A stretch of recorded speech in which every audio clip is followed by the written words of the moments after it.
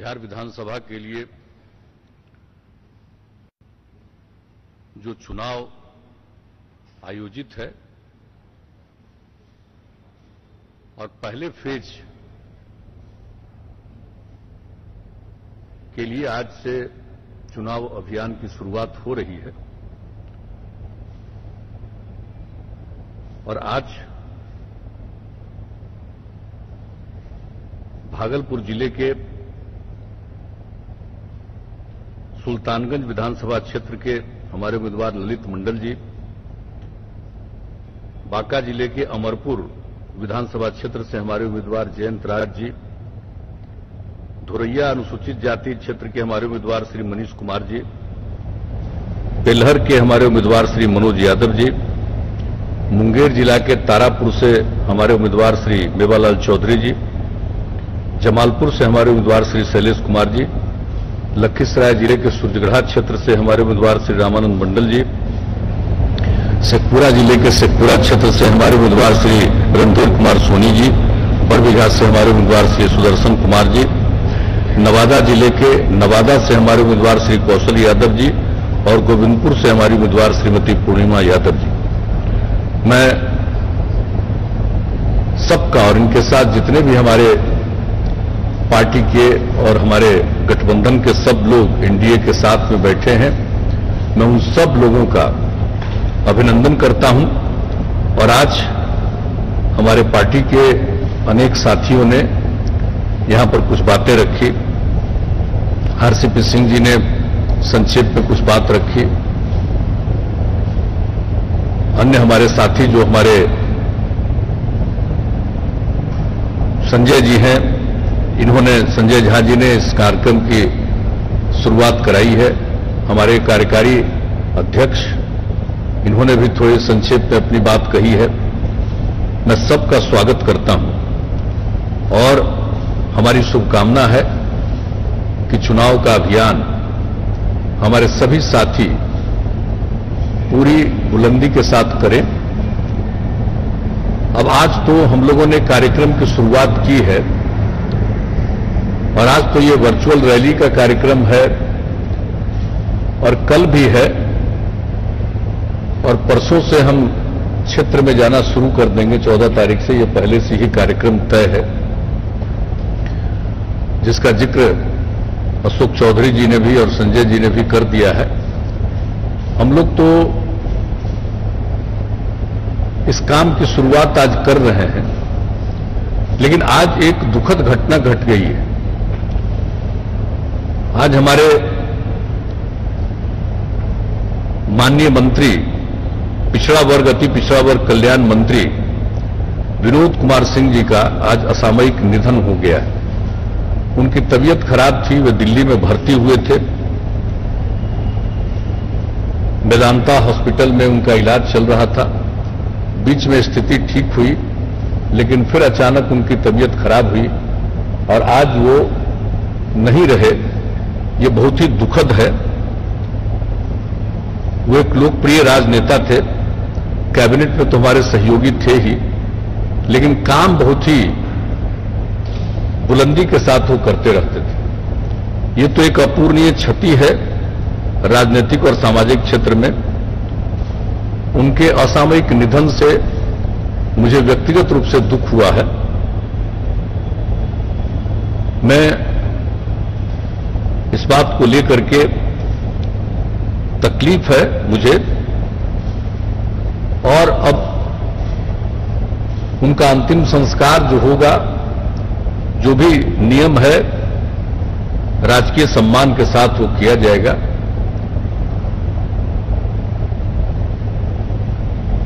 और अब आगे जो चुनाव की तैयारी है वो तो हम लोगों का सबका दायित्व है। इसलिए आज का चूंकि कार्यक्रम पहले से निर्धारित था, इसलिए इसको अब हम लोग अब आगे स्थगित नहीं कर सकते थे, इसलिए आज इस कार्यक्रम को हम चलाए हैं। वरना उनके असामयिक निधन से जो मुझे बहुत ही पीड़ा है, तकलीफ है। और अब जो हमारे जितने साथी हैं, जो चुनाव के बारे में जो बात होनी है, ये सब लोग, आप सब लोग अवगत हैं। हमारे साथियों ने इसकी कुछ प्रारंभिक चर्चा भी की है। अब जो चुनाव हो रहा, लेकिन आप जरा देख लीजिए कि बिहार के लोगों ने जो काम करने का मौका हम लोगों को दिया, 2005 से जो काम करने का मौका दिया है और 3 टर्म से हम लोगों ने काम किया है और जितना मजबूती के साथ काम किया है, हमारा क्या उद्देश्य रहा है शुरू से, न्याय के साथ विकास। और इसका मतलब है हर इलाके का विकास और समाज के हर तबके का उत्थान, और यही प्रारंभ से करते रहे। अगर इसको देख लीजिए, और हम तो बराबर कहते रहे हैं कि जो हालत पहले था वो कितना बुरा हाल था, और उसके बाद जब हम लोगों को काम करने का मौका मिला है तो कितनी मजबूती के साथ हम लोगों ने काम किया। अब उसके बारे में तो हम चर्चा थोड़ी देर के बाद करेंगे, लेकिन आज जो सबसे महत्वपूर्ण चीज है, सबको मालूम है, ये जो पिछले 8 महीने से जिस तेजी से लोगों के बीच में जाकर जनसंपर्क होना चाहिए था, वो उस प्रकार से नहीं हो पाया। और आज जिस तरह से ये वीडियो कॉन्फ्रेंसिंग या वर्चुअल रैली के माध्यम से हम लोग अपनी बात रख रहे हैं और पहले भी रखे, उसका कारण क्या है? ये दुनिया भर में जो ये कोरोना वायरस फैला है, कोविड-19 के नाम से इसको कहा गया है, और जिस तरह से दुनिया भर में इसका प्रभाव पैदा हुआ है कोरोना का, अपने देश में भी हुआ है, अपने राज्य में भी हुआ है, और इसको लेकर के जो भी जरूरी कदम है वो कदम हमारे यहां उठाए गए। पहले तो जितना काम किया जा रहा था और एक एक समय हम लोग इतना सचेत रहे हैं, शुरू से ही, जब से ये काम शुरू किया गया, मार्च से ही जो हम लोगों ने शुरू किया है, और केंद्र सरकार ने इसके लिए जो काम किया, तो उनका जो गाइडलाइन जारी हुआ, उस गाइडलाइन का पालन करते हुए और बिहार की स्थिति को देखते हुए जो भी आवश्यक कदम था, हम सब लोगों ने इसको उठाया है। और कितनी जांच, कुछ लोग तो बड़ी आलोचना किया करते थे, जो उस स्थिति में बाहर लोग फंसे हुए थे उनके आने का, और फिर जब अनुरोध हुआ तो रेलगाड़ी से, पैसे तो अन्य प्रकार से भी लोग आ गए, लेकिन रेलगाड़ी की व्यवस्था केंद्र सरकार ने की और कितनी बड़ी संख्या में लोग आए। और उसमें से हम लोगों ने 8 जगहों से जो लोग आए थे उनको अलग रखने के लिए जो हम लोगों ने इंतजाम करवाया 15 लाख लोगों के लिए, और उसमें जो हम लोगों ने किया, एक एक व्यक्ति पर 14 दिन रखा हम लोगों ने, एक एक व्यक्ति पर 5300 रुपया खर्च किया। इतना हम लोगों ने ध्यान दिया एक एक चीज का। जो लोग बाहर फंसे हुए थे उनकी पूरी जानकारी लेकर के, और सबको हम लोगों ने लगभग 21 लाख लोगों को 1-1 हजार रुपया की मदद राज्य सरकार की तरफ से किया। एक एक काम हम लोग करते रहे, और जो लोग आ गए हैं उनसे बातचीत, उनसे संपर्क, और ये करते हुए कि किसी को मजबूरी में बाहर नहीं जाना पड़े, और यहां पर भी अधिक से अधिक काम उनको कैसे मिले, इसके लिए कितनी तैयारी करके और जितना काम हम लोगों ने करना प्रारंभ किया है, और कोरोना का संकट घटे बढ़े नहीं, इसके लिए जितने बड़े पैमाने पर हम लोगों ने जांच की कार्रवाई की है। आप जानते हैं 1 लाख से भी ज्यादा जांच प्रतिदिन हो रहा है, कभी कभी तो 1.25 लाख तक की जांच हुई है। और आज स्थिति क्या है, 10 लाख की आबादी पर इस देश में जो औसतन जांच है उससे लगभग 3000 ज्यादा जांच 10 लाख की आबादी पर बिहार में हम लोगों ने किया। एक एक प्रकार से काम जो करते हुए, और जिस तरह से हम लोगों ने कोशिश की है सबकी रक्षा करने के लिए, सबका काम करने का, तो हम तो यही आग्रह करेंगे कि एक एक चीज, और किस तरह से राशन कार्ड धारियों के लिए जो वंचित थे उनको राशन कार्ड का आवंटन किया गया। केंद्र, हम लोगों ने 1000 रुपया सबको दिया, केंद्र सरकार ने तो दिया है, और ये चलेगा, समझ लीजिए अगले महीने तक ये चलेगा, नवंबर तक लोगों को मुफ्त में, उसके अलावे जो राशन कार्ड के माध्यम से अनाज मिलता है उनको उसके अलावे मुफ्त में प्रति व्यक्ति 5 किलो अनाज देना, और दाल का भी प्रबंध करना सब परिवार के लिए 1 किलो का। तो ये सब काम जो किया जा रहा है बड़े पैमाने पर, हर प्रकार से लोगों की सुरक्षा के लिए, लोगों के हित के लिए, और अगर इस कारण से किसी की भी मृत्यु हो जाती है तो उनके परिवार को हम लोग राज्य सरकार की तरफ से जो सीएम रिलीफ फंड है, उसके माध्यम से 4 लाख रुपए की हम लोग मदद करते हैं परिवार को। तो हर तरह से हम लोगों ने कोशिश की है कि लोगों को पूरा करें, और हर प्रकार से हम लोगों ने त्रिस्तरीय व्यवस्था इलाज के लिए भी किया है, हर काम किए हुए। ये कोई नहीं जानता, अभी तो बहुत नीचे गया, लेकिन कोई जानता नहीं है, कहीं नीचे गया कहीं फिर ऊपर बढ़ गया। तो ये तो कोई जानता नहीं है कब ये स्थिति ऊपर जाएगी और ये कब तक खत्म होगा, ये तो दुनिया भर की समस्या है। इसलिए हम लोगों को सजग रहना है, सचेत रहना है। अब ये चुनाव चल रहा है इस बीच में, इसलिए हम सबसे विनम्रता पूर्वक आग्रह यही करेंगे कि भाई सतर्कता का इस्तेमाल कीजिए, सचेत रहा करिए, ये जरूर है। और मास्क का जरूर प्रयोग करिए, ये हम लोग कहने वाले हैं, ये हम हमेशा आपसे कहते रहे, तो ये तो हम लोगों का आग्रह है आप सब लोगों से।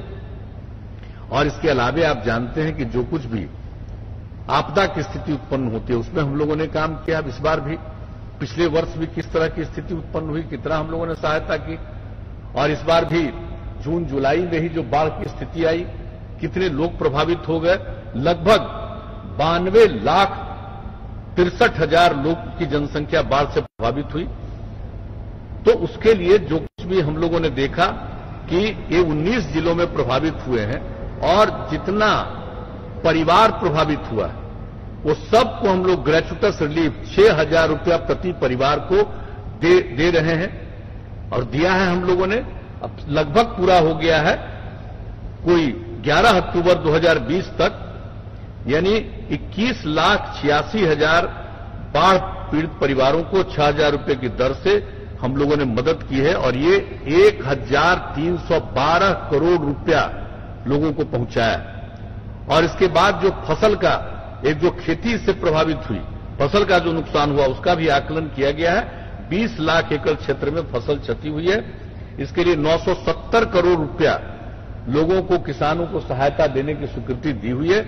अब ये अनुमति लेकर के ये सारा काम विभाग से, चूंकि अब चुनाव का पीरियड आ गया है, इसमें बहुत सारी अनुमति लेनी पड़ती है चुनाव आयोग से, तो उसमें अपना सरकार के लोग काम कर रहे हैं।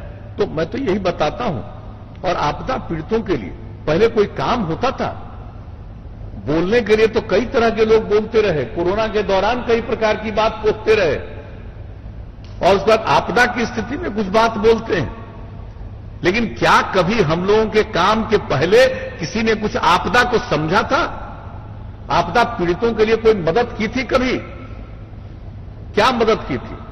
नवंबर बीत जाता था, साहब कुछ मदद करेंगे तो पहले लिस्ट तैयार हो गया, किसी को मिला कुछ नहीं मिला, 25 किलो अनाज, वो भी नहीं होता था। और हम लोगों ने जो काम करना शुरू किया आपदा के लिए, एक एक चीज आपदा प्रबंधन के लिए, हम लोगों ने हर चीज के लिए योजनाएं बना दी, एक एक चीज का दिशा निर्देश जारी किया। इसके लिए हम लोगों ने ट्रेनिंग प्रदान की, और ये तय किया कि आपदा पीड़ितों का अधिकार सरकार के खजाने पर सबसे पहला है, और उसके लिए हम लोगों ने काम करना शुरू किया।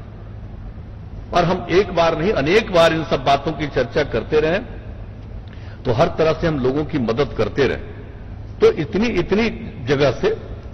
और इसके अलावे आप बताइए 15 वर्ष से कितना ज्यादा हम लोगों ने डेवलपमेंट का काम किया, विकास का काम किया, कितना ज्यादा विकास हुआ है। जो राज्य सकल घरेलू उत्पाद, GSDP, gross state domestic product जिसको कहते हैं, अगर स्थिर मूल्य पर लीजिए तो 2005 में हम लोग आए, और उसके बाद भी जो 2006-07 का हम देख रहे हैं कि जो राज्य सकल घरेलू उत्पाद था पूरे बिहार में, इतना बड़ा राज्य, इतनी आबादी राज्य, इसका जो सकल घरेलू उत्पाद था राज्य का 88,840 करोड़ रुपया था, और 2019-20 में आकर यह हो गया है 4,14,977 करोड़ रुपया। और इस अवधि में स्थिर मूल्य पर राज्य सकल घरेलू उत्पाद की वृद्धि दर, यानी विकास दर 12.59% की रही है। अब आप सोच लीजिए, स्थिर मूल्य पर हम ये बात कर रहे हैं, तो कितना ज्यादा कोई भी चीज हुआ है।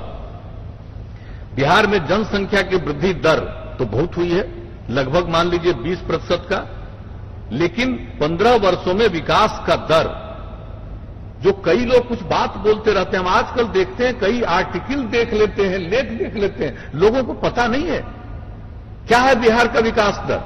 डबल डिजिट में बिहार का विकास दर रहा, 10% से ज्यादा विकास हुआ। हम लोगों ने तो ये काम किया। ये ठीक बात है कि हम लोग चाहते थे उद्योग लगे, इसके लिए बहुत मेहनत किया। तो लोग उद्योग नहीं लगाते हैं या उस तरह से बड़े उद्योग कोई नहीं लगाते, लेकिन हर परिवार का, हर गांव का, हर शहर में जो काम हम लोगों ने करने की कोशिश की है, उससे ही प्रगति हुई है, उससे ही प्रति व्यक्ति के आय में वृद्धि हुई है, और कहीं से भी कोई हिला भूखमरी की स्थिति नहीं हुई। आप जानते हैं कि कोई भूखमरी का शिकार हुआ? किस तरह से हम लोगों ने काम करना शुरू किया है, गांव गांव में और विकेंद्रित तरीके से काम किया। अगर कोई आते बड़े बड़े उद्योगपति और यहां पर उद्योग लगाते तो उसका उसी को लोग देखते कहते बड़ा उद्योग हो रहा, लेकिन अब वो नहीं आए, क्योंकि चारों तरफ से हम लोग तो घिरे हुए वाले इलाके हैं। ज्यादा बड़ा उद्योग कहां लगता? समुद्र के किनारे जो राज्य पड़ते हैं उन्हीं जगहों पर ज्यादा पड़ता है। हम लोगों ने तो बहुत कोशिश की, आगे भी बहुत सारी नीतियां हम लोगों ने बनाई है कि हमारे लोग जो बाहर जाते हैं यही उनको काम करने की सुविधा मिले। उस पर भी बहुत सारा काम हम लोग करने की कोशिश कर रहे हैं। लेकिन आप देख लीजिए, इतनी बात लोग बोलते रहते हैं, विकास का दर कितना ज्यादा हुआ है हम लोगों का। प्रति व्यक्ति राज्य सकल घरेलू उत्पाद, जिसकी बात हमने कहा आपको कि 10% से अधिक रही, और आप समझ लीजिए कि एक एक जगह पर लोगों ने जिस तरह से काम किया है, ये सबके अनुभव के लायक चीज है। तो विकास का भी काम हुआ है। अब आप बताइए, कानून का राज हम लोगों ने स्थापित किया। हम क्या बोलते रहते हैं कि हर तरह से, किसी भी तरह से हम क्राइम, करप्शन, कम्युनलिज्म किसी भी सूरत में हम बर्दाश्त नहीं करेंगे। न अपराध को बर्दाश्त करेंगे, न भ्रष्टाचार को बर्दाश्त करेंगे, और न कम्युनलिज्म को बर्दाश्त करेंगे। तो इसके लिए हम लोगों ने शुरू से काम किया है। और किस तरह की स्थिति आई है, जो राष्ट्रीय अपराध अभिलेख ब्यूरो 2018 का प्रकाशित हुआ है, ये पूरा का पूरा क्राइम की स्थिति में इस देश में बिहार का स्थान 23वें नंबर पर है। लेकिन लोग तरह तरह की बात करते हैं। मैं तो इसलिए इस बात को कह रहा हूं कि आप लोगों ने काम करने का मौका दिया है, तो हर क्षेत्र में हम लोगों ने काम किया है।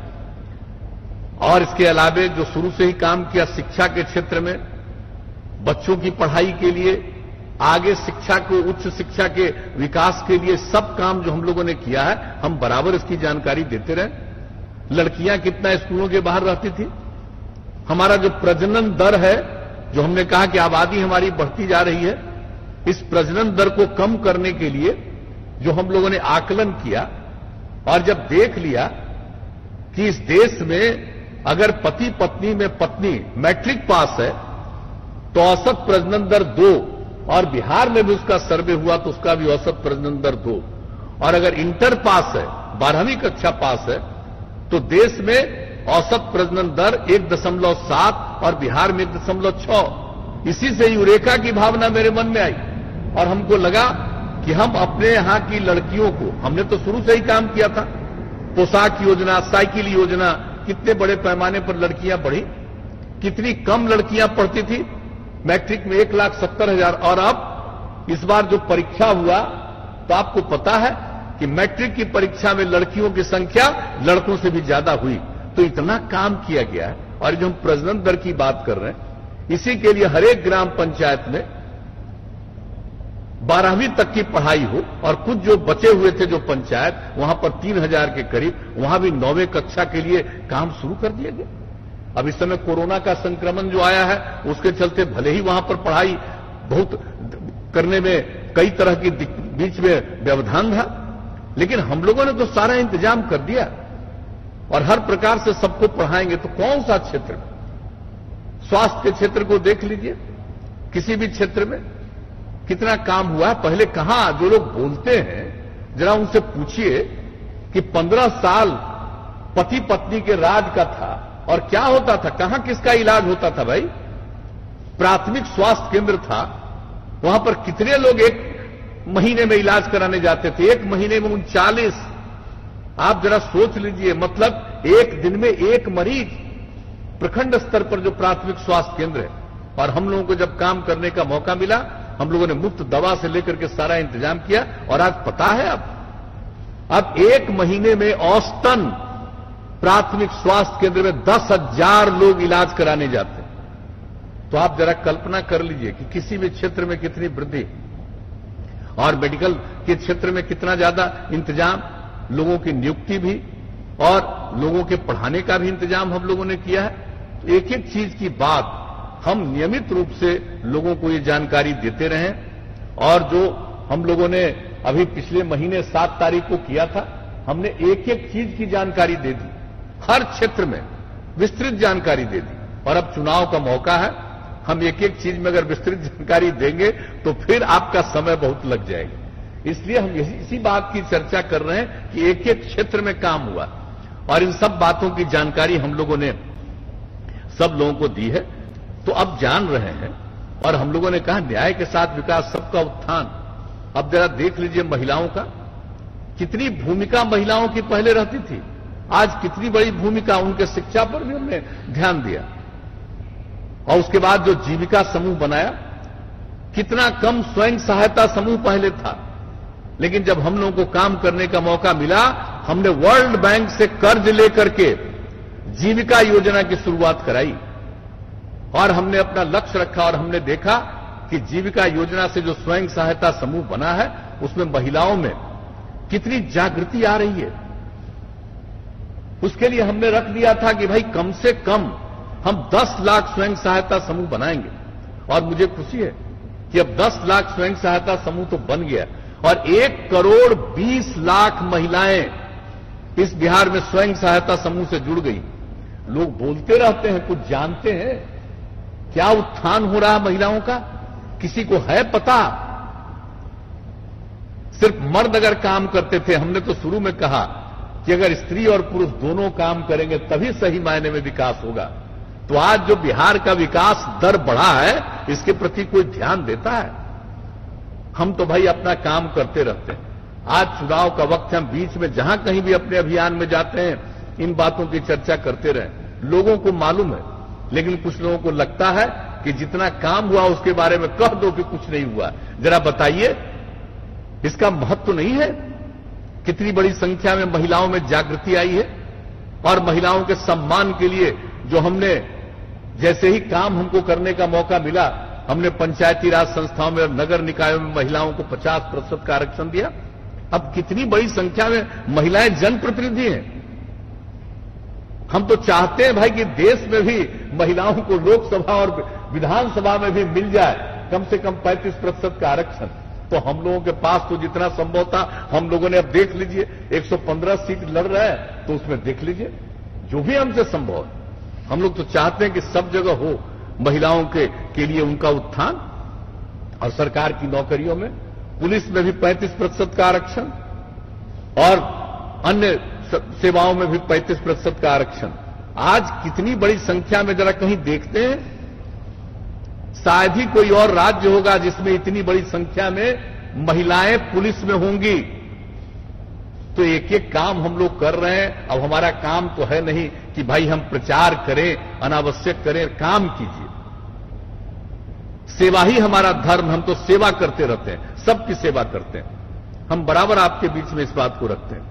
तो हर तरह से, और उसी तरह से समाज के जो उपेक्षित लोग हैं, चाहे वो महादलित हो, दलित हो, अति पिछड़े वर्ग के लोग हों, अल्पसंख्यक समुदाय के लोग हों, सबके उत्थान के लिए जो हम लोगों ने काम किया है, एक एक चीज के बारे में जो भी काम किया है, आप जरा बताइए कि किस तरह से हम लोगों ने अनुसूचित जाति, जनजाति, अति पिछड़ा वर्ग के लिए किस तरह से हम लोगों ने उद्यमी योजना की शुरुआत कराई। कौन सा क्षेत्र है जिसमें लोगों को उद्योग लगाने के लिए 10 लाख रुपया में 5 लाख रुपया सरकार ग्रांट देती है, और 5 लाख रुपया में बिना कोई टैक्स के उनको सहायता देती है, ऋण देती है। तो इस तरह से जो सारा काम हम लोग करने की कोशिश कर रहे हैं, कौन सा काम किसी भी क्षेत्र में। अब मुख्यमंत्री ग्राम परिवहन योजना, अब बताइए, हर पंचायत में पहले 5, अब कर दिया 7, यानी 4 अनुसूचित जाति जनजाति को और 3 अति पिछड़े वर्ग के लोगों को परिवहन के लिए वहां से लोग ले जाएं, खरीदें। 50% का उसमें हम लोगों ने योगदान दिया है। सहायता दी है। तो इस तरह से एक एक काम आप देख लीजिए। सिविल सेवा प्रोत्साहन योजना, ये लोग जाते हैं, चाहे बिहार पब्लिक सर्विस कमीशन हो, बीपीएससी हो या यूपीएससी हो। अगर बीपीएससी में पहली परीक्षा पास कर गए तो वैसे छात्र छात्राओं को हम लोग देते हैं, युवा युवतियों को हम लोग देते हैं 50,000 रुपया की मदद अंतिम परीक्षा के लिए। और कोई यूपीएससी पास कर जाता है पहला परीक्षा तो अंतिम परीक्षा के लिए उसको 1 लाख रुपए की सहायता।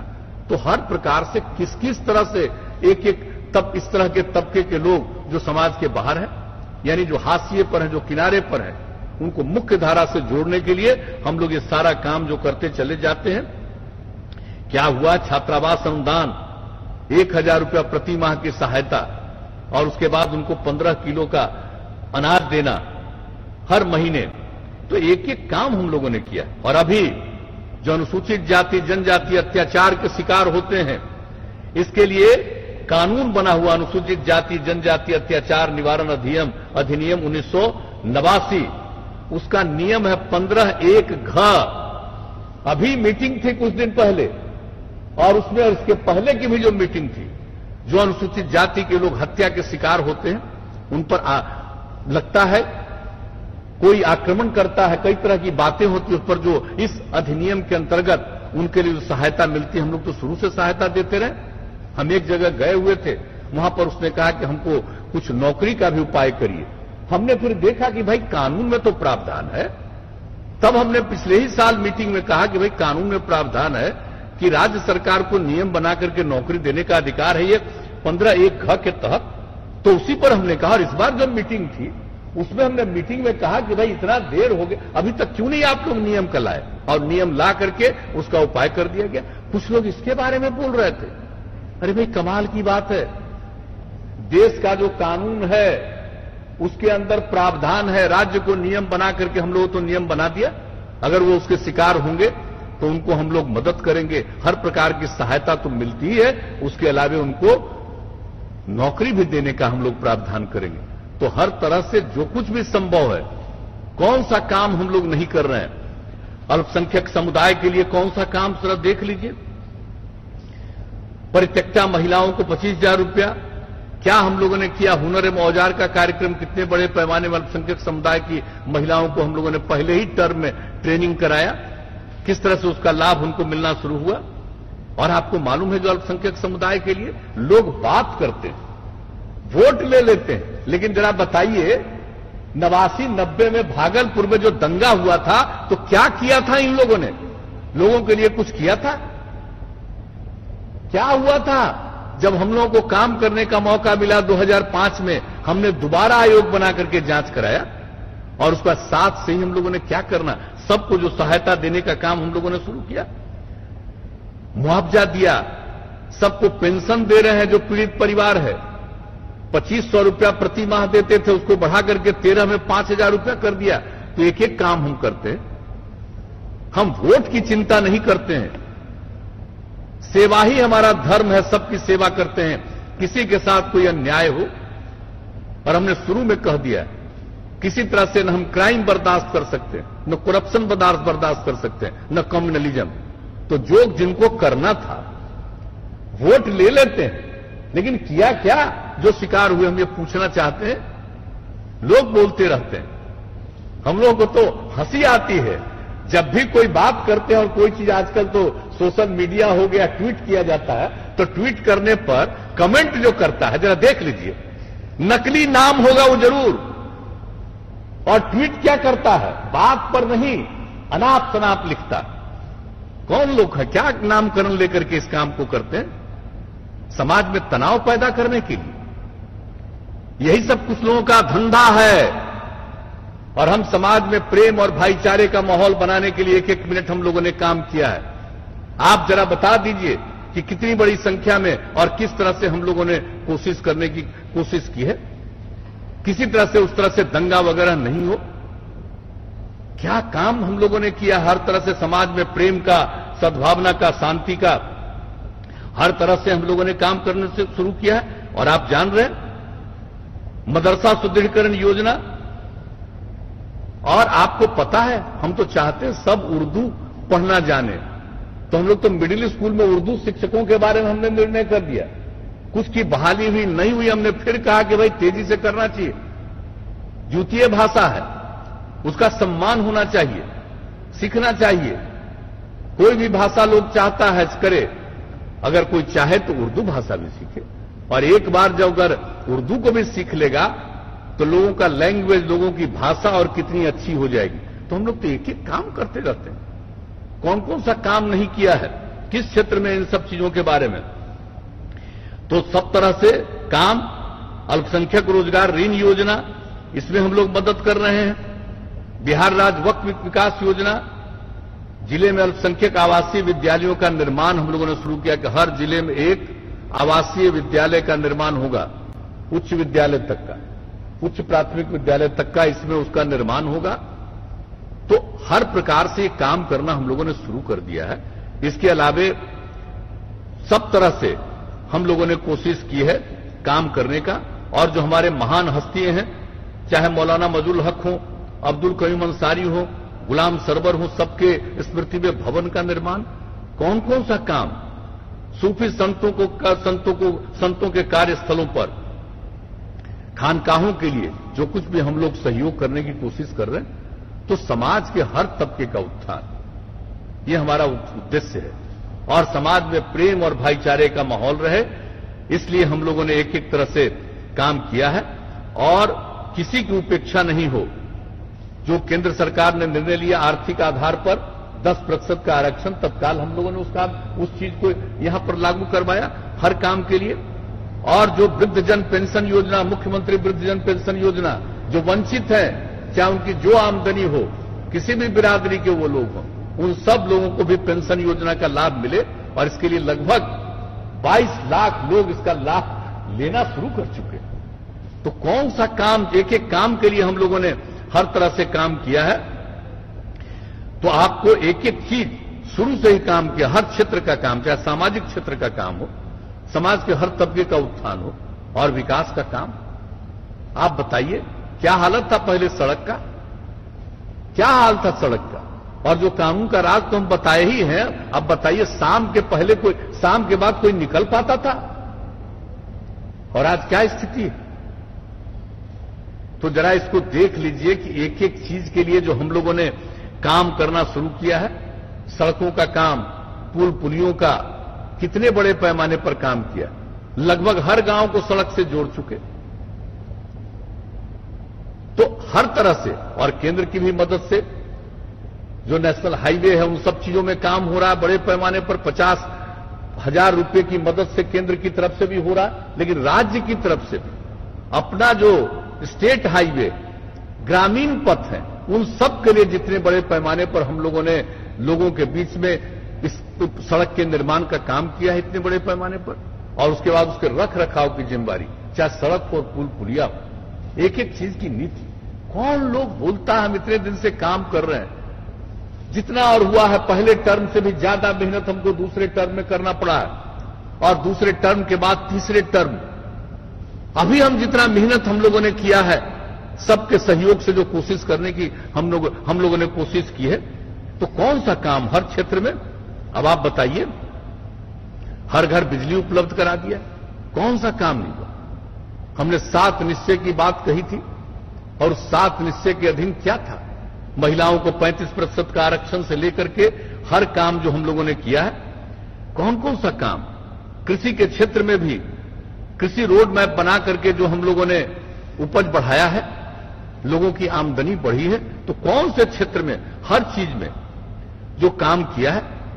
और हर घर तो बिजली उपलब्ध करा ही रहे हैं। इसके बाद गांव में भी लोग जो खेती के लिए बिजली चाहते हैं, उसके लिए भी हम लोगों ने काम करना प्रारंभ किया। तो कितने तरह से हम लोगों ने काम किया है अब तक, जो मौका मिला है। अब 7 निश्चय बताइए। महिलाओं को 35% का आरक्षण दे दिया, हर घर बिजली पहुंचा दिया, आर्थिक हल, युवाओं को बल। किस तरह से हम स्टूडेंट्स के लिए जो काम करना शुरू किए हैं, स्टूडेंट क्रेडिट कार्ड योजना, स्वयं सहायता भत्ता योजना, कुशल युवा कार्यक्रम योजना, हर तरह से जो काम करने की हम लोगों ने कोशिश की है।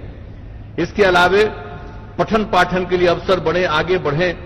कितना चरण में हर जगह पर प्रमंडल ये जिला के स्तर पर, अनुमंडल के स्तर पर जिस तरह से संस्थाओं का निर्माण, जितने नए मेडिकल कॉलेज का निर्माण, हर जिले में इंजीनियरिंग कॉलेज, हर जिले में पॉलिटेक्निक संस्थान, ये सारा काम जो हम लोग कर रहे हैं, तो इसको लोगों को दिखाई नहीं पड़ता है। और उसके लिए जितने बड़े पैमाने पर काम जो हमने तय किया, 7 निश्चय पहला, और उसके अंतर्गत जो काम करना शुरू किया, और उसके बाद हमारा क्या था, हर घर नल का जल, हर घर नल का जल पहुंचा रहे हैं। और आप जान लीजिए कि 83% से ज्यादा ये काम पूरा हो चुका है। ये काम बहुत तेजी से हर घर में नल का जल पहुंचा देंगे हम लोग, पहुंच जाएगा जो हम लोगों ने काम किया।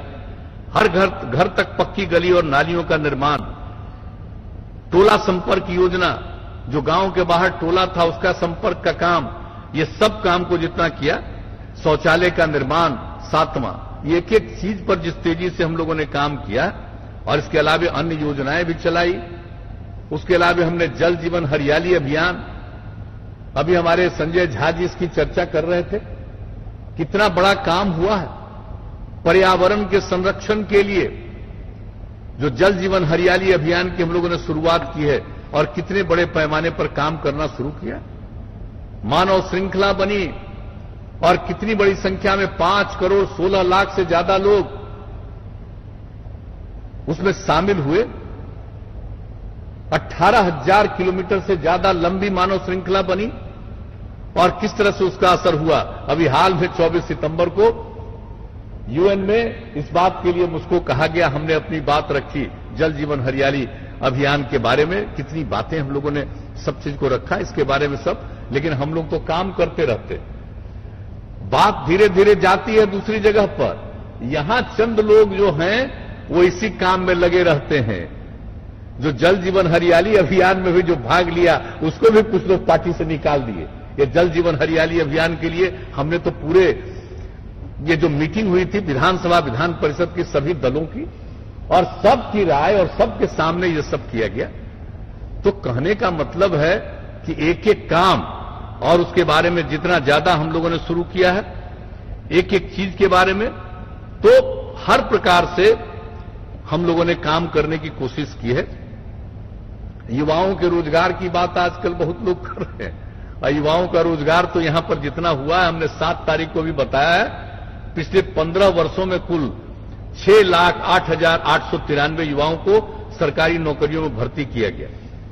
शिक्षकों में 3,98,000 पद, सिपाही, अवर पुलिस निरीक्षक, पुलिस उपाधीक्षक, अन्य वर्दीधारी 51,241 पदों पर, विभिन्न आयोगों के माध्यम से अन्य सेवाओं में 1,59,652 पद, लगभग 65,000 पदों पर नियुक्ति प्रक्रियाधीन है। रिक्त पदों पर जल्द ही नियुक्ति हो जाएगी। लेकिन क्या था भाई, हम तो अभी का बता रहे हैं, लेकिन हम लोगों के पहले 15 साल रहे, उसमें 10 साल तक बिहार झारखंड एक था, और तब कुल मिलाकर के कितने लोगों को रोजगार मिला। आज प्रवचन लोग दे रहे हैं, कितने लोगों को रोजगार मिला। 15 वर्षों के कार्यकाल में 95,734 पदों पर भर्ती किया गया, जिसमें 90 से 2,000 के बीच नियुक्तियां बिहार और झारखंड को मिलाकर के थी। शिक्षक का 33,499, पुलिस सेवा 9,198, अन्य पदों पर 53,000। तो इस तरह से, और आज की बात कर रहे हैं, और जितना तेजी से रोजगार के लिए और हर प्रकार से हम लोगों ने काम किया है। अब कोई बोलता है कि हम इतना दे देंगे, ये भला बताइए, लोग बता रहा है कि कैबिनेट का बैठक करके हम इतना दिलवा देंगे। अरे जो 15 साल का था उसमें कैबिनेट का मीटिंग होता था जी, कैबिनेट की प्रत्याशा में मीटिंग करते थे। जब हम लोगों की सरकार बनी तो हम लोगों को अनेक कैबिनेट का डिसीजन लेना पड़ा कि कैबिनेट की प्रत्याशा में निर्णय, लोग कैबिनेट तो करते नहीं थे समय पर, कैबिनेट मिनिस्टर्स का भी कोई सम्मान नहीं देते थे। कौन सी स्थिति थी, चंद लोग को छोड़ दीजिए तो बाकी लोगों की क्या स्थिति थी, किस तरह का सरकार चलाते थे। और कहीं से भी कोई बात करे, प्रचारित करे, ये संभव है? आप समझ सकते हैं दुनिया में कहीं भी आजकल बेरोजगारी की बात लोग कर रहे हैं, जरा बताइए तो दुनिया के किसी भी मुल्क में सरकारी सेवा में ही सबको नौकरी मिलती है? ये है संभव? ये कहीं किसी को पता है? लेकिन इस तरह की बात करें जैसे हम लोगों को कहेंगे सचेत रहिए।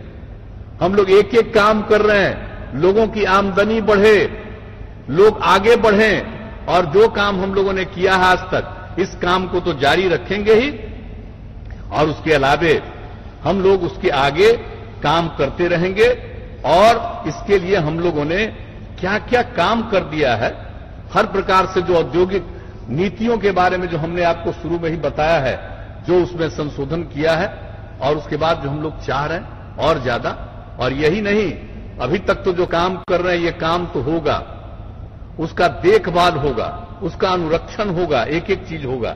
लेकिन हमने तो ऐलान कर दिया, अगर आप लोगों ने मौका दिया आगे काम करने का, तो हम लोग तो जो कुछ भी हम लोगों ने काम आज तक किया है, उसके अलावे चाहे वो पहले का 7 निश्चय का, पहला 7 निश्चय का काम हो, जल जीवन हरियाली अभियान में जो कुछ भी हम लोग कर रहे हैं, ये सब काम तो करते ही रहेंगे। लेकिन उसके अलावे एक और 7 निश्चय 2, सक्षम बिहार स्वावलंबी बिहार 7 निश्चय 2 का हम लोगों ने निर्णय किया, और इसके बारे में 25 तारीख को हमने प्रेस कॉन्फ्रेंस में बताया। आगे के बारे में अगर फिर मौका मिलता तो कम से कम इतना काम तो करेंगे, और जो हमारा एनडीए है उसमें और बातें आएंगी, उसमें और चीजों को जोड़ा जाएगा। लेकिन इस तरह से हमने जो तय किया है, देख लिया है कि क्या चीज है 7 निश्चय में। युवा शक्ति, बिहार की प्रगति, संस्थानों की गुणवत्ता बढ़ाएंगे। अभी तो जितना संस्थान बना है, यानी जो हमारा पॉलिटेक्निक संस्थान है, आईटीआई है, उसकी गुणवत्ता इतनी बढ़ाएंगे। जो नई टेक्नोलॉजी आ रही है, और नई टेक्नोलॉजी के जरिए लोगों को काम करने का मौका मिलेगा, उस सब टेक्नोलॉजी की भी वहां पढ़ाई कराएंगे। उस पढ़ाई के अलावे ताकि इन लोगों को और बेहतर काम करने का मौका मिले। यही नहीं, और आप जान लीजिए कि हर जिले में मेगा स्किल सेंटर, अल्प अवधि में, कम अवधि में ही प्रशिक्षण तो हम लोग तो कर रहे हैं, कुशल युवा कार्यक्रम। उसके अलावे भी उसमें कंप्यूटर पर काम करना लोग सीखते हैं। लेकिन अब इसके माध्यम से जो नई तकनीक है, और जिसका उपयोग करके लोग ज्यादा रोजगार पा सकते हैं, उस तरह की नई तकनीक को सिखाने के लिए, लोगों को बताने के लिए ये काम हम लोग करेंगे। और हर प्रमंडल में टूल रूम बनाएंगे, जिसमें जो भी पढ़े हैं, चाहे आईटीआई की पढ़ाई हो, चाहे यहां से लोग पढ़ करके गए हो, पॉलिटेक्निक संस्थान, जो कुछ भी, और उसके अलावे भी जो इन संस्थानों में नहीं पढ़े हैं, उसके अलावे उनके लिए भी हर प्रकार की ट्रेनिंग देकर के, जो आज बाहर लोगों को जाना पड़ता है, हम तो 7 निश्चय 2 के अंतर्गत जो पहला प्रावधान हमने किया है, युवा शक्ति बिहार की प्रगति, यानी लोगों को इतनी ट्रेनिंग और इतना काम यहां का वो कर पाएंगे कि किसी को मजबूरी में बाहर जाने की नौबत नहीं आएगी। कोई इच्छा से बाहर तो जाना चाहे, उसको रुकावट नहीं है, लेकिन किसी को मजबूरी में नहीं जाना पड़े, तो ये काम हम लोगों ने सोचा किया है। और स्किल और उद्यमिता के लिए हम एक विभाग अलग से बनाएंगे, ताकि इसमें सब चीजों को एक साथ जोड़ करके एक एक काम हम लोग करवाएंगे। और इसके अलावे उद्यमिता विकास हेतु अनुदान देंगे, युवाओं को 3 लाख रुपए की आर्थिक अनुदान देंगे, और 7 लाख रुपए तक के ऋण पर ब्याज अनुदान भी देंगे, 7% का ब्याज अनुदान भी देंगे। तो एक एक काम, ताकि लोगों को सहूलियत मिले। महिलाओं के लिए और आगे बढ़कर के दूसरा कदम है हमारा सशक्त महिला, सक्षम महिला, यानी महिला उद्यमिता हेतु जो विशेष योजना, अभी जो हम लोग अनुसूचित जाति, जनजाति, अति पिछड़े वर्ग के लिए जो हम लोग 10 लाख रुपया की सहायता, 5 लाख रुपए का अनुदान, और जो हम लोग मदद करते हैं, ब्याज मुक्त ऋण 5 लाख रुपया देते हैं। तो उसी तरह से हर महिला को, जो अनुसूचित जाति, जनजाति, अति पिछड़े से अलग भी महिलाएं हैं, हर प्रकार के हर महिलाओं को इस तरह का लाभ हम लोग देंगे। और इसके बाद आप जानते हैं, हम लोग तो देते हैं, जो उच्चतर शिक्षा पास करती है, मैट्रिक पास करती है, इंटर पास करती है, इंटर पास करने पर अविवाहित महिला को हम लोग दे रहे हैं 10,000 रुपया, और जब वो पास कर जाती है, स्नातक पास कर जाती है, तो उसको 25,000। अब अगली बार हम लोगों को मौका दीजिएगा तो हर महिला को इंटर पास करने के बाद 25,000 रुपया और 50,000 रुपया देंगे, अगर वो पास कर गई, ग्रेजुएट हो गई तब। तो इस तरह से उसको करेंगे। और इसके अलावे एक एक काम क्षेत्रीय प्रशासन में सिर्फ हम महिलाओं के आरक्षण में यकीन नहीं करते, जितना भी हमारा है हर प्रकार का जो सरकारी ऑफिसेज हैं, चाहे वो पुलिस का हो या प्रशासन का हो या किसी भी क्षेत्र का हो, उन सबों में महिलाओं की पोस्टिंग और उसकी भागीदारी सुनिश्चित होनी चाहिए। हर जगह दिखे कि सिर्फ सरकारी दफ्तर में पुरुष नहीं है, जो हमने 35% का आरक्षण दिया है 2015 से ही, तो इस तरह से उसमें भी महिलाएं रहे, यह भी हम लोगों ने प्रावधान महिलाओं के लिए किया है। और उसके अलावे हम तो पहले से ही बोल रहे हैं, हर खेत तक सिंचाई का पानी पहुंचा देंगे। अगली बार मौका मिलेगा, हर खेत तक सिंचाई का पानी पहुंचाएंगे। ये बात हमने इसी महीने में 1 मार्च को ही हमने कहा था इसका ऐलान। उसके बाद से हम निरंतर इस बात को कह रहे हैं। अब हमारे 7 निश्चय 2 का हिस्सा है, हर खेत तक सिंचाई का पानी पहुंचाएंगे। और उसके बाद हर ग्राम इलाके में स्वच्छ गांव, समृद्ध गांव, सभी गांव में सोलर स्ट्रीट लाइट लगवाएंगे। अब हर घर तक बिजली दे दिया, पहुंच गया, लेकिन हर गांव में सोलर स्ट्रीट लाइट लगेगा ताकि बाहर भी रोशनी रहे। ये उपाय हम लोग करेंगे। ठोस एवं तरल अपशिष्ट प्रबंधन, कोई भी किसी भी तरह का अपशिष्ट नहीं रहे, उसके प्रबंधन का इंतजाम हम लोग करेंगे। और 7 निश्चय योजनाओं के अंतर्गत जितना काम है, जिसका हमने जिक्र किया है, वो सब का मेंटेनेंस, अनुरक्षण का काम होगा। और इसके अलावे पशु एवं मत्स्य संसाधनों का विकास, चौर क्षेत्र विकास पर जोर, एक एक चीज किया जाएगा। लेमन ग्रास और खस ग्राम की खेती से, घुड़परास से बचाव के लिए ये सब काम हम लोग करेंगे। इसके अलावा स्वच्छ शहर, विकसित शहर, वहां भी solid and liquid waste management, ठोस एवं तरल अपशिष्ट प्रबंधन। उसके अलावा शहरों में वर्षा जल के निकास हेतु स्टॉर्म वाटर ड्रेनेज सिस्टम को विकसित किया जाएगा। वृद्ध जनों हेतु आश्रय स्थल का निर्माण। अब ये जान लीजिए, हर शहर में वृद्ध जनों के लिए, कई लोगों को परिवार में इज्जत नहीं होती है, वो बाहर रहना चाहते हैं, ऐसे वृद्ध जनों के लिए हम लोग आश्रय स्थल का निर्माण हर शहर में करा देंगे, ताकि कोई वृद्ध जन को किसी तरह की परेशानी नहीं हुई, और इसके बेहतर प्रबंधन और संचालन की व्यवस्था की जाएगी। और शहरी गरीबों हेतु बहुमंजिला आवासन, और सब बाद में शहर में गरीब है, उसको रहने की कोई जगह नहीं है, तो बहुमंजिला बिल्डिंग बना करके, भवन बना करके हम लोग इस प्रकार के सब लोगों को, जो शहरी में गरीब लोग हैं, वो भूमि जगह नहीं है उनको रहने की, किसी भी प्रकार का उसको रहने का स्थान नहीं है, मकान की बात तो छोड़ दीजिए, तो ऐसे तमाम लोगों को हम लोग इंतजाम करके बहुमंजिला इमारत बना करके सबको रखने का इंतजाम करेंगे।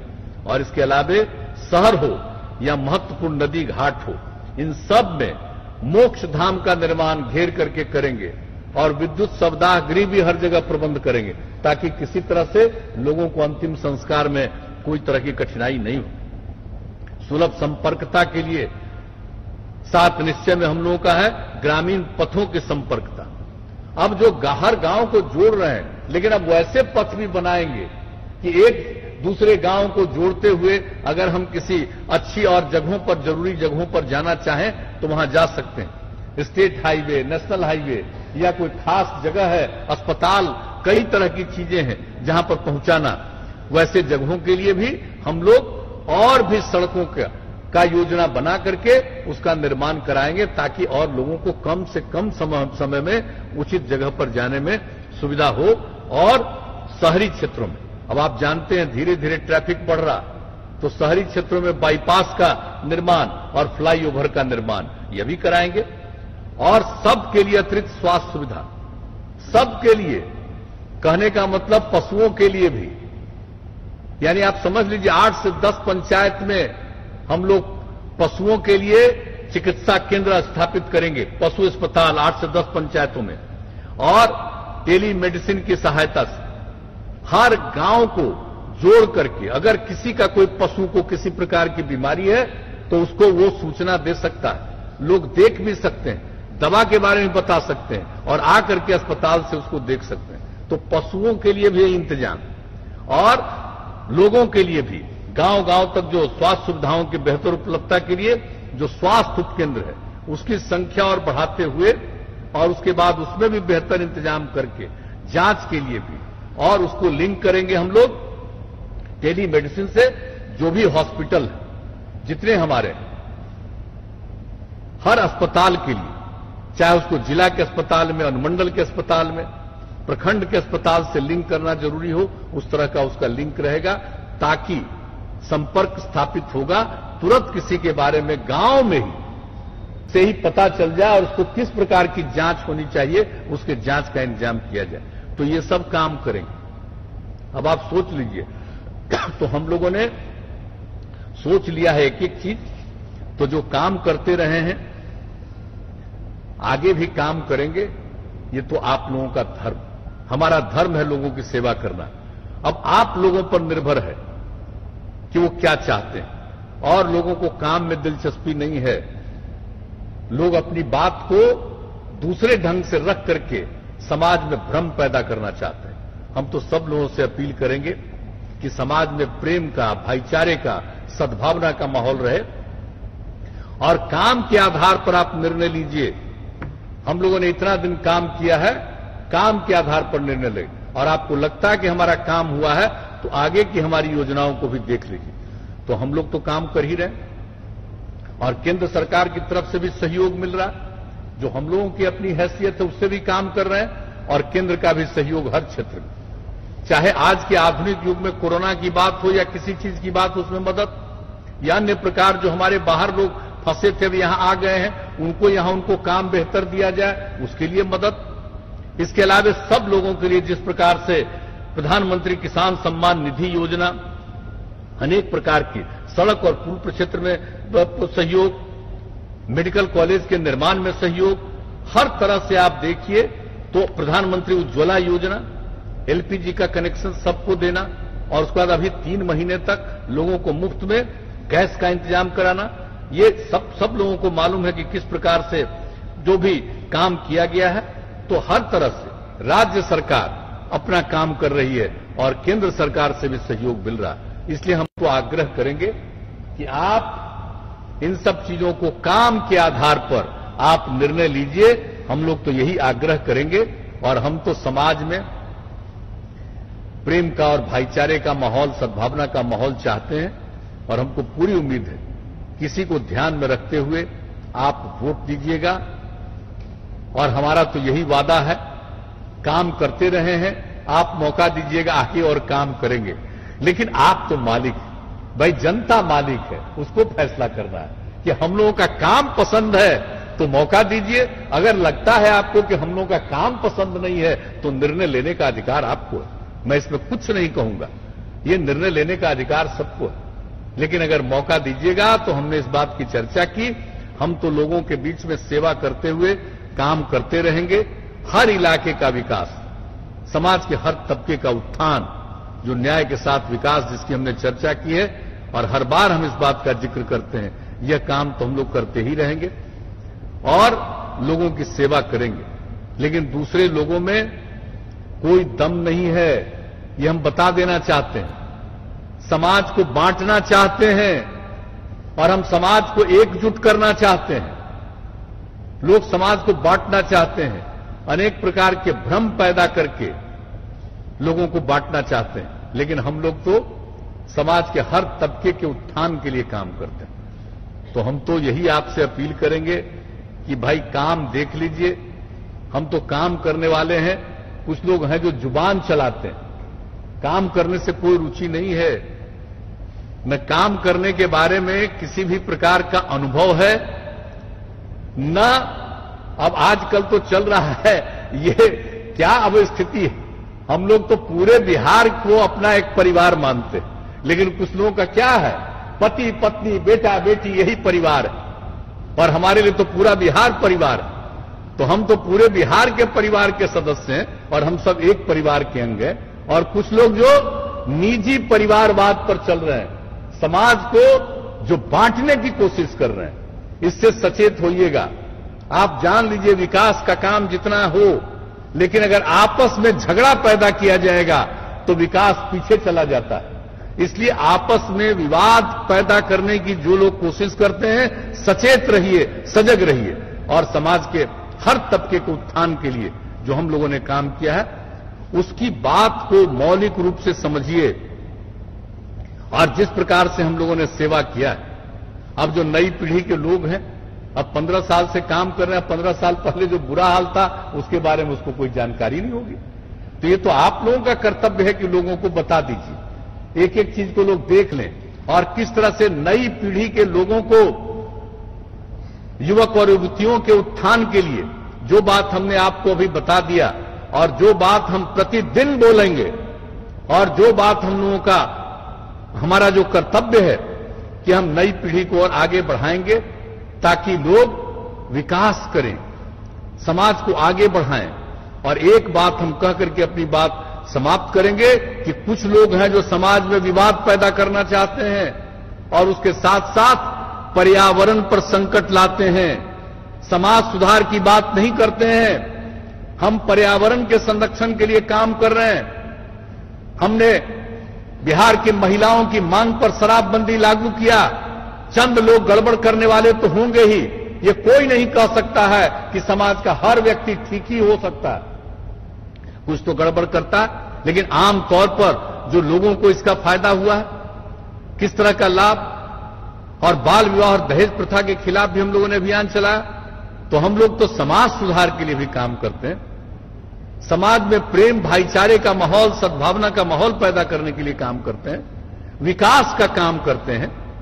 और सिर्फ विकास नहीं, न्याय के साथ विकास, यानी हर इलाके का विकास, हर तबके का उत्थान, इसके लिए जो काम करते हैं। और जो भी किनारे पर था, हाशिए पर था, उनको मुख्य धारा से जोड़ने के लिए, चाहे वो महादलित हो, दलित हो, अति पिछड़े वर्ग के लोग हों, अनुसूचित जनजाति के लोग हों, महिलाएं हों, अल्पसंख्यक समुदाय के लोग हों, इन तमाम लोगों को आगे बढ़ाने के लिए हम लोगों ने काम किया है। तो इन सब चीजों को ध्यान में रखिएगा, गौर कीजिएगा। और हम तो अब यही आग्रह करेंगे कि इन्हीं चीजों को ध्यान में रखते हुए, और हमारे जितने उम्मीदवार हैं, मैं सबको अपनी शुभकामनाएं देता हूं। सब लोग मेहनत करिए, लोगों के साथ जनसंपर्क करिए, और लोगों को एक एक बात बताइए, और समाज के हर तबके के लोगों को हम यही अपील करेंगे कि काम के आधार पर आपका निर्णय होगा तो ये सबों के हित में होगा, राज्य के हित में होगा और देश के हित में होगा। तो इन्हीं शब्दों के साथ मैं आप सब लोगों से यही आग्रह करूंगा, यही मैं अनुरोध करूंगा कि काम के आधार पर ही आप सब चीज का आकलन करके, अध्ययन करके मतदान कीजिए। यही हम निवेदन आप सब लोगों से करेंगे। और इस बार जो मतदान होने वाला है, तो हम तो आप सब लोगों से ही आग्रह करेंगे कि भाई ये जो मास्क है, ये मास्क पहन करके ही मतदान कीजिएगा। मैं यही आग्रह करूंगा कि वोट डालने जाइएगा तो मास्क पहन करके वोट डालिएगा। और महिलाओं से तो हम हमेशा अनुरोध करते रहे, सबसे पहले जाकर के वोट आप डालिएगा। तो इन्हीं शब्दों के साथ मैं आप सब लोगों को हृदय से धन्यवाद देते हुए, आप सबका अभिनंदन करते हुए मैं अपनी बात समाप्त करता हूं। और हमारे जितने उम्मीदवार हैं और एनडीए के जितने भी उम्मीदवार हैं, सब लोगों को भारी मतों से विजयी बनाइए, यही अनुरोध और निवेदन करते हुए मैं अपनी बात समाप्त करता हूं। बहुत बहुत धन्यवाद।